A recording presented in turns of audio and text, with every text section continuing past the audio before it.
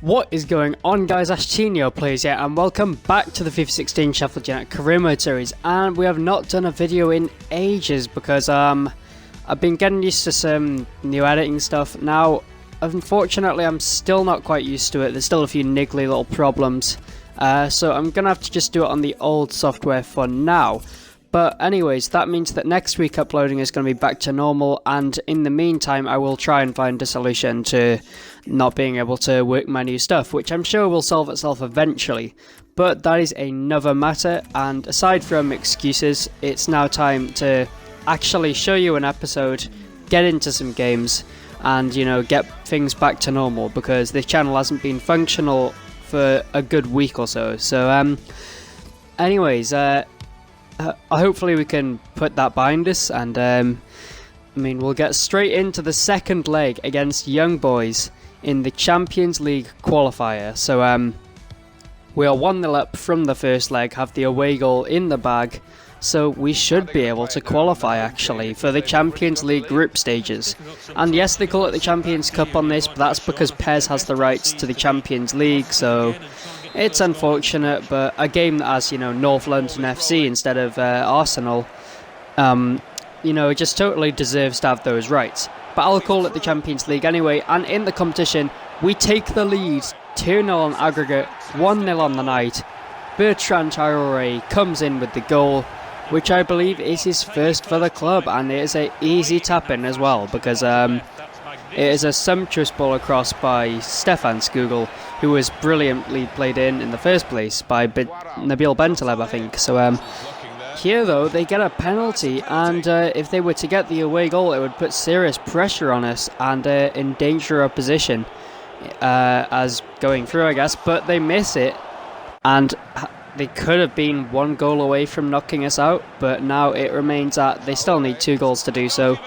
And here we forced a good save from the goalkeeper there, and at half time it was 1-0, so it was all going to plan really. And containing them pretty well. They weren't posing too much of a threat. They missed a penalty even. So 1-0 up on the night, it does always help to just have that lead, not only on aggregate but in the game as well. So here though, they do hit the bar, and of course there is that lingering threat that if they were to score 2 goals they could knock us out, but it was looking comfortable. We still produced more openings, and Declan John got really unlucky there actually. It was a good effort and a good pass into him, but it ended at 2-0 on aggregate, 1-0 in the game itself. And that, ladies and gentlemen, is us through to the Champions League group stages, thanks to Bertrand Traore. So, plus David Edgar's goal in the first leg, of course. So 2 1-0 wins in each leg give us a 2-0 aggregate victory. So now we've got at least 6 more games of European football to look forward to. So we are finally, by the way, signing Matthias Ginter, who is a solid centre-back for Borussia Dortmund. Not in real life at the moment, he doesn't really play for him, I don't think. Although don't ask me about that, he may very well do. But aside from that, in this game he is a very solid centre-half, and I'm glad that we've been able to sign him. So, and Edgar's been good, but I'm afraid he's going to have to make way for the 81 rated Ginter. And it's not just the rating that makes him good, honestly, he is a very good player in general. As a defender, he really is a solid player in my opinion. Just look at that strength, he's really tall as well, so it kind of makes up for his lower sprint speed. He can do his defensive duties really well, so that's 2 defenders we've signed now. Hopefully defensive areas are going to be much more solid from now on, and hopefully the attack is going to start scoring some more goals, because we haven't been sweeping teams aside of late, and we're not quite into our stride just yet. So as soon as we get into that stride and go on a run this season, the better. But I think it's only a matter of time before this team clicks and we, start performing really well, because it's a good team. It is a very good team, even better than last season's team in my opinion, given that we managed to get a win already, which we hadn't done at this stage last season. So Aston Villa we drew 2-2 with last season, away from home. We'll be hoping for a similar result, I guess, because away games are difficult and it's nice to pick up points. But who knows what could happen. But I mean, first close attempt of the game there. Jordan Ayew going very close with that snapshot, but then a great shot from Coles Heel just totally catches us out, and we concede on half an hour for 1-0 to them. I mean, on this game they are still in the Premier League, they do play well, so you know, I guess that's just career mode. It can throw up a few surprises and a few things unrealistic in real life, but you know, some things are realistic as well, so it kind of balances out. And what's not realistic, I wouldn't think, though, is surely our defenders wouldn't have, you know, been that open and had such poor positional awareness to allow them through there. But they didn't score, so it stays 1-0 at half-time, and we are still very much in the contest. So if we get chances, we're going to need to take them, though, and we could yet get back into the game. So I'm bringing Bergwijn on for Rolando Aarons, because Bergwijn is a very fast player and a very good winger. And here, I mean, Tolisso, he just gets so unlucky hitting the bar. A really good effort, and it could have been 1-1. So, I mean, here though, they hit the bar as well with a header from Vertu. And that was unlucky for them too, I guess. But it stayed 1-0 going into the late stage of the game. And we try and take the shot. The rebound is apparently offside, so that goal isn't going to stand. And it ends 1-0. Not a terrible result, you know, they probably did deserve to win it on the balance. But I just feel as though we could have been a bit better in that game, and we're not quite, you know, hitting top form just yet. But when we do, it's going to be great, because our team is really strong this season, I believe.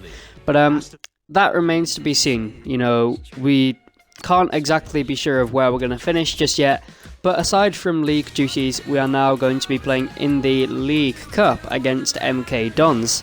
Now, I'm actually not sure what division they are in at present time in this career mode.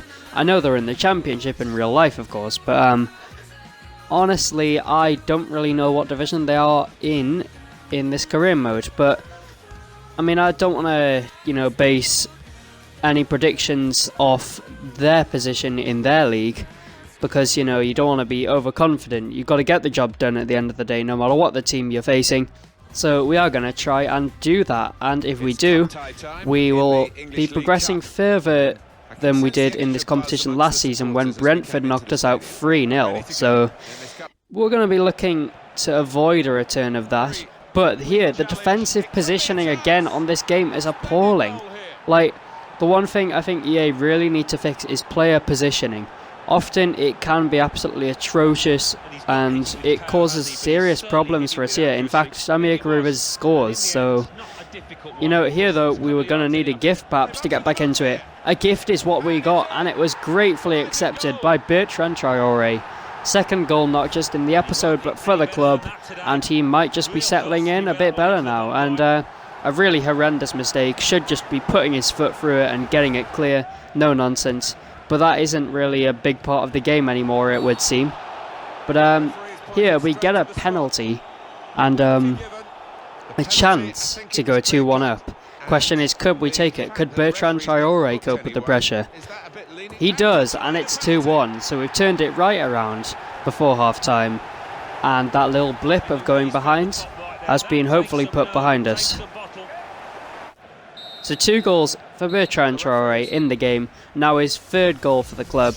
So he's looking like he's really settling in. Yes, the first one was a gift, yes, the second was a penalty, but you've got to be there to score him, and he was. So it was 2-1 at that point, but that goal, a long shot, yes, it maybe is overpowered, some people could argue that, but it's in the game, it happens, and it's 2-2, so I guess that's how it goes, and we were nearly taken to extra time here, or at least it was getting close to it.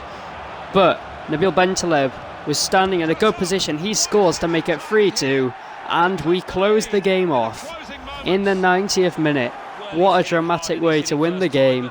Nabil Bentaleb with his 1st goal for the club, and he could not have picked a better time to get it. We will not be tired out.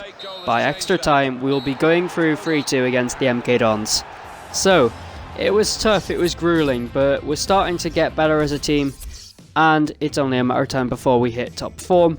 So a good result for us, and that cup run could well be on. But we'll see about that because, you know, many more games to go before we can start thinking about Wembley.